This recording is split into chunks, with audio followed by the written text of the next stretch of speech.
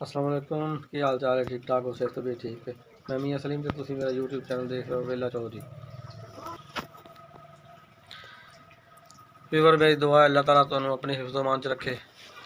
तो अज की वीडियो शुरू करने तो पहले जनाब तुसीं साडे चैनल सबसक्राइब करो और बैल आइकन प्रेस करो और लाइक भी कर दियो। तो दोस्तों अज का मौसम जिहड़ा ना वो काफ़ी तब्दील हो चुका। तो अल्लाह के फजलो करम नाल रात बारिश बनी हुई, थोड़ी जी मौसम ना ठंडा भी होया तो बारिश हो रही है। तो तुहानू दिखाने बारिश कैसी हो रही साढ़े इलाके। तो उस तो पहले जनाब साढ़े चैनल सबसक्राइब करो, बैल आइकन प्रेस करो। तो आओ अज की वीडियो का आगाज़ करते हैं। मैं दुकान खोली आके तो सर्दी बड़ी सी, तो हुण मैं सोचा मैं आखिया चलो अज की वीडियो का आगाज़ करिए। तो बाहर देखो जनाब बारिश जी है ना वो शुरू है। पहले हल्की हल्की सी, फिर तेज़ हुई है, हुण फिर थोड़ी जी हल्की हुई है। तो बाहर निकली, मैं आखिया निकल के देखने कैसी बारिश है। तो मौसम जड़ा ना अल्लाह पाक का शुक्र है कि खुशगवार हो गया।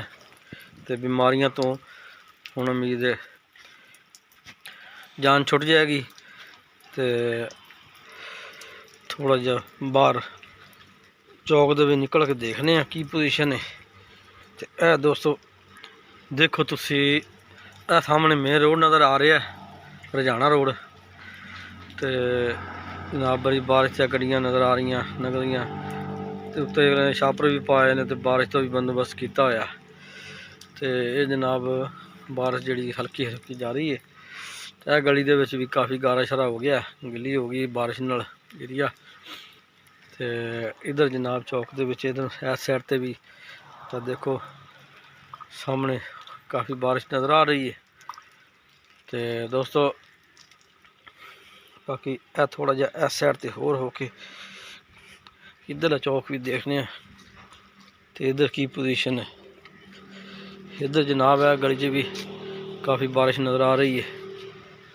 बारिश इतनी ज़्यादा नहीं हुई, लेकिन हल्की हल्की टाइम काफ़ी हो गया। सुबह का लग्या होया तकरीबन तक रात 2 बजे शुरू हुई है।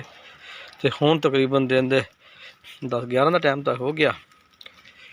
तो दोस्तों इस मौसम के ना जी हल्की बारिश है, रोड तो ट्रैफिक गुजरती है, थोड़ा जा एहतियात ना गुजरना पैंदा।